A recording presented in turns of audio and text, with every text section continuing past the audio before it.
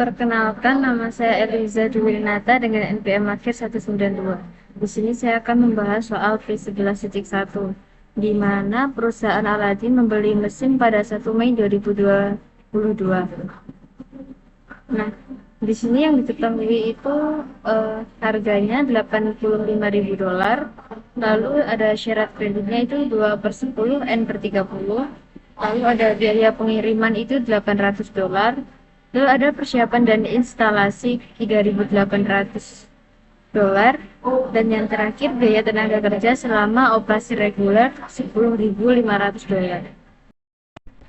Selanjutnya, diharapkan bahwa mesin tersebut dapat digunakan selama 10 tahun. Nah, setelah itu nilai sisa akan menjadi 0. Aladin berniat menggunakan mesin tersebut hanya selama 8 tahun. Setelah itu diharapkan dapat dijual seharga $1.500. Nah, faktur untuk mesin ini itu dibayar pada 5 Mei 2022. Aladin menggunakan tahun kalender sebagai dasar untuk penyusunan laporan keuangan. Nah, untuk perintahnya itu hitung beban penyusutan untuk tahun-tahun yang ditunjukkan menggunakan metode berikut. Yang pertama itu straight line method for 2022, yaitu mencari penyusutan dengan metode garis lurus. Yang kedua, sum of the years, yaitu metode jumlah angka tahun untuk tahun 2023. Yang terakhir, metode saldo menurun ganda atau double declining balance pada tahun 2022. Pada tabel ini merupakan rangkuman dari jawaban 3 metode penyusutan tadi. Nah, yang pertama itu straight line atau metode garis lurus. Nah, depresiasi tahunan penuhnya itu 86.400 itu dibagi dengan 8, hasilnya 10.800. Lalu dibelinya pada 1 Mei dan terpakai itu selama 8 bulan pada 2022, yaitu 8/12. Nah, depresiasi pada tahun 2022 yaitu depresiasi dengan penuh tadi 10.800 dikali 8/12, yaitu 7.200. Selanjutnya, sum of the years digit atau metode jumlah angka tahun. Nah, yang pertama itu menjumlahkan seluruh angka selama 8 tahun, yaitu 1 ditambah 2 tambah 3 tambah 4 tambah 5 tambah 6 tambah 7 tambah 8, yaitu hasilnya 36. Lalu pada tahun pertama itu 2022 itu ada 8, dan tahun kedua itu 2023 itu 7. Jadi tarif 2023 itu 7/36 jumlah untuk 8 tahun tadi. Nah, di sini depresiasi 2023 untuk sum of the years yaitu 7/36 dikali 86.400, maka hasilnya 16.800. Dan yang terakhir double declining balance atau metode saldo menurun ganda. Nah, di sini tuh tarifnya itu 2/8. Nah, tahunnya itu 25% per tahun. Jadi depresiasi penuh tahun pertama itu 25% dikali 87.900, yaitu 21.975. Nah, proratanya itu 8/12 untuk tahun 2022. Jadi depresiasi untuk 2022 itu 21.975 dikali 8/12, yaitu 14.650. Perkenalkan, nama saya Devina Zara dengan NPM 180. Di sini saya akan menjelaskan jawaban dari soal 1B, yaitu karena Kate Crow menginginkan metode depresiasi yang menghasilkan beban lebih kecil di awal dan lebih besar di tahun-tahun akhir manfaat. Oleh karena itu, saya menyarankan metode garis lurus atau straight line. Dengan metode ini membebankan depresiasi secara merata setiap tahun selama umur aset. Dengan demikian, beban depresiasi pada tahun-tahun awal relatif lebih rendah dibanding metode percepatan seperti double declining balance atau sum of the year digit methods, yang justru membebankan nilai lebih besar di awal masa manfaat. Kemudian untuk metode aktivitas atau activity method juga kurang tepat karena menghitung depresiasi berdasarkan tingkat aktivitas nyata seperti jumlah unit yang dihasilkan, jam kerja, atau jarak tempuh. Dan dalam soal ini tidak tersedia data terkait aktivitas tahunan tersebut sehingga metode tersebut tidak dapat diterapkan secara akurat. Perkenalkan, nama saya Jovita Santoso dengan NPM akhir 391. Di sini saya akan menjelaskan P11 bagian 2 yang A. Yang A menggunakan metode straight line atau metode garis lurus. Untuk cost of machine-nya diketahui sebanyak $89.000 dan residu value-nya sebanyak $5.000. Menjadi depreciation base-nya dengan total $84.000. Nah, pertanyaannya, depreciation expense on the machine for 7 years with straight line. Jadi 84.000 itu dibagi 7. 84.000 dari depresiasi base dibagi 7, yaitu dengan 7 tahun tadi menghasilkan $12.000. Pada tahun 2002 Desember 31, depresiasi expense-nya $12.000 dikali dengan 7 dan dibagi 12. 12 itu dalam 1 tahun terdapat 12 bulan, menghasilkan €7.000. Pada 31 Desember 2023, depreciation expense sebanyak $12.000 dikali dengan 12 dibagi dengan 12, hasilnya €12.000. Untuk soal yang B menggunakan units of output. Untuk depreciable base-nya diketahui €84.000, estimasi total outputnya €525.000. Pada 31 Desember 2022, depreciable base-nya €84.000 dengan output €55.000. Nah, 84.000 dikalikan dengan 55.000 dan ditambah dengan €525.000. Hasilnya €8.800.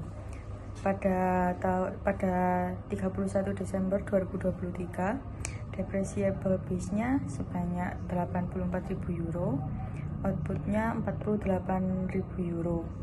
Nah, €84.000 dikali dengan 48.000 dibagi dengan 525.000, hasilnya €7.680. Assalamualaikum warahmatullahi wabarakatuh. Saya Eka Widianti dengan nomor NPM 24013010085.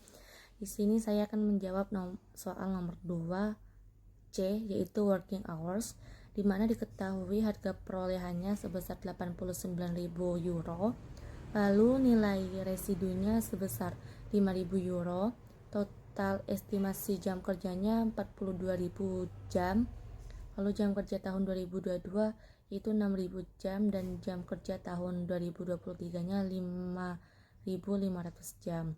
Nah, di sini langkah-langkah perhitungannya yaitu pada depresiasi per jam yaitu €89.000 dikurangi €5.000 dibagi 42.000 jam, dan dengan hasilnya yaitu sebesar €2.000 per jam. €2 per jam. Lalu ada pada tahun 2022 yaitu 6.000 jam dikali €2.000, yang dimana di €2.000 ini peroleh dari hasil depresiasi per jam. Lalu setelah ditaruh di situ kan sudah dikali ya, 6.000 jam dikali €2.000 ini sebesar €12.000, €2 ya diralat. Lalu ada pada tahun 2023 yaitu 5.500 jam dikali €2 lagi, yaitu sebesar €11.000. Untuk menjawab soal yang D, dengan metode sum of the year digits method, kita harus menghitung jumlah tahunnya dulu, yaitu 7 ditambahkan 6 tambah 5 tambah 4 tambah 3 tambah 2 dan tambah 1 dan menghasilkan 28. Untuk tabelnya sendiri, tahun pertama yaitu 2022 dengan depreciate base sebesar 84.000 dan per tahunnya 7 bagi 28 dengan annual expense sebesar 21.000. Untuk partial year-nya adalah 7 per 12 dengan current year, saldo current year-nya 12.250. Kemudian accumulation depreciation sebesar 12.250. Selanjutnya tahun kedua yaitu 2023 dengan depreciate base sebesar 84.000. Untuk year-nya 6 dibagi 28 dan annual expense sebesar 18.000. Untuk saldo current year-nya 18.000 dan accumulation depreciation-nya sebesar 30.250. Untuk soal yang nomor 2 yang E, dengan metode double declining balance method, kita harus mencari tarif DBD terlebih dahulu, yaitu 100% dibagi 7 dan menghasilkan 14,28 dan kemudian dikalikan 2 karena di sini kita menggunakan double declining balance dengan hasil 28,57%. Yaitu untuk tabel pada tahun pertamanya yaitu 2022 dengan depreciate base sebesar 89.000, kemudian tarif DBD per tahunnya 28,57% dan annual expense-nya sebesar 25.429 dengan quartile year 7 dibagi 12. Untuk hasil current year expense-nya sebesar 14.833. Selanjutnya ada tahun kedua yaitu 2023 dengan depreciate base 74.167 dan persenan per tahunnya 28,57% dengan annual expense sebesar 21.190. Untuk current year expense-nya sebesar 21.190.000.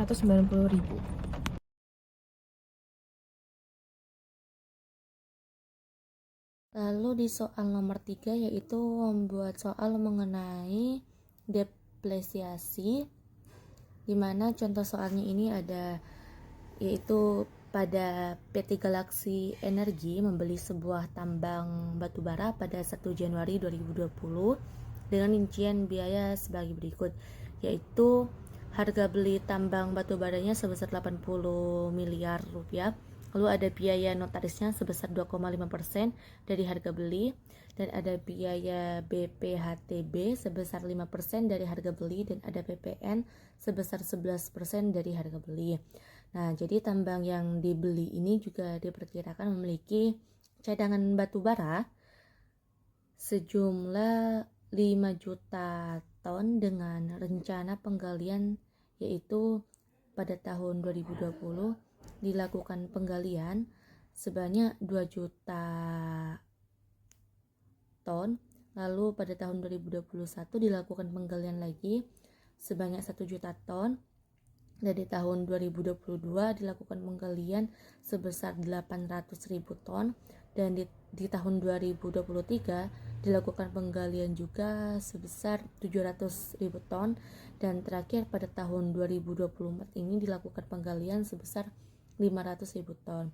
Nah, di sini diminta untuk menghitung harga perolehan tambang batu bara dan menghitung depresi tambang dari tahun pertama sampai tahun kelima. Berarti dari tahun pertama sampai tahun kelima ini itu dari tahun 2020 sampai tahun 2024. Lalu jawaban dari menghitung harga perolehan tambang batu bara ini yaitu dari kita ketahui dulu kan harga belinya sebesar 80 miliar rupiah ya, dan biaya notarisnya yaitu 2,5%. Nah, jadi untuk menghitungnya yaitu 2,5% ini dikali 80 miliar dengan hasilnya yaitu 2 miliar. Lalu biaya BPHTB-nya itu 5%, lalu dihitung dengan 5% dikali 80 miliar yaitu dengan hasilnya 4 miliar.